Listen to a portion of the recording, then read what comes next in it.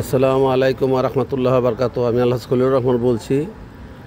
রাত 12:30টার সময় এই কোয়াপ সিটি এই আন্তঃপ্রান্ত থেকে ভিডিওটা করছি। দেখেন মার্কেট এরিয়া, এখানে সমস্ত মার্কেটের লোকেরা যারা দিনমজুর সারাদিন কাজ করছে 10টা থেকে 5টা, কেউ 12টা থেকে রাতে 10টা 12টা, এই বৃষ্টির মধ্যে এখন গাড়ির জন্য সবাই অপেক্ষা করছে। অনেক মানুষ এখানে দেখেন বসে রয়েছে গাড়ির জন্য। রাত 12:30 বাস এখনও আসছে না, তার মধ্যে আমিও একজন। বাস আসবে, তারপর আমরা যাব।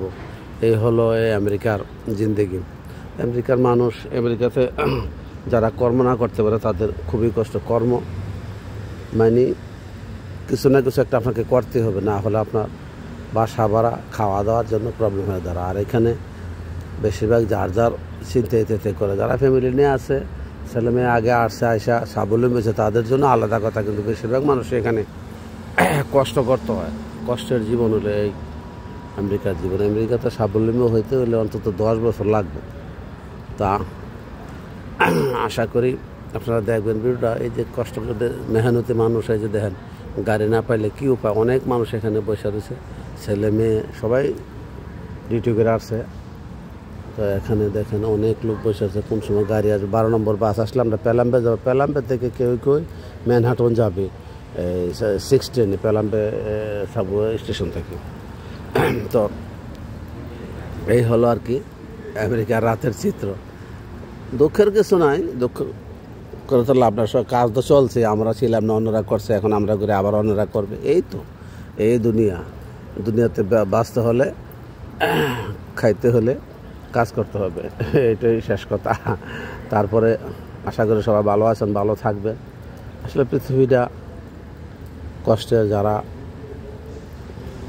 কর্ম করে খাইতে হয় তাদের জন্য কষ্টসাধ্য ব্যাপার। তারপরে ছেলে মেয়ের জন্য, মা বাবার জন্য, ভাই বোনদের জন্য সবাই এখানে কষ্ট করে টাকা পাঠায় দেশে। রেমিটেন্স যোদ্ধা বলা হয় তাদেরকে। আসলে অনেক কষ্ট। বিদেশে কেউ সারাদিন গাড়ি চালায়, কেউ অনেক মেহনতের কাজ করে আসলে। এবং এত দূর, তো এখন তো টেলিফোনের যুগ। আমরা তো বলে বিদেশ ছিল, আগে যেমন বিদেশ করছে তো টেলিফোন কিছু ছিল না। 15 দিন পরে একটা চিঠি পাইতাম, 40 বছর আগের কথা। আর এখন তো সবার সাথে সবার মোবাইলে কথা বলা যায়। তাই বলে দুঃখ করে লাভ নেই। এটাই বাস্তবতা, আর এটাই মানুষের জীবন। মানুষের জীবন অনেক কিছু হয়, অনেক কিছু আসে, অনেক কিছু যায়। সেই জন্য দুঃখ করার কিছু নয়। সবাই ভালো থাকবেন। আমরা যারা বিদেশে, আমাদের জন্য দোয়া করবেন। দেশে যারা আছেন তাদের জন্য আমরা দোয়া করি, আপনারা ভালো হন, ভালোভাবে থাকেন, নামাজ রোজা করেন, আল্লাহর পথে চলেন, এই কামনা। একদিন আমাদেরকে মরতে হবে, আমরা মুসলমান।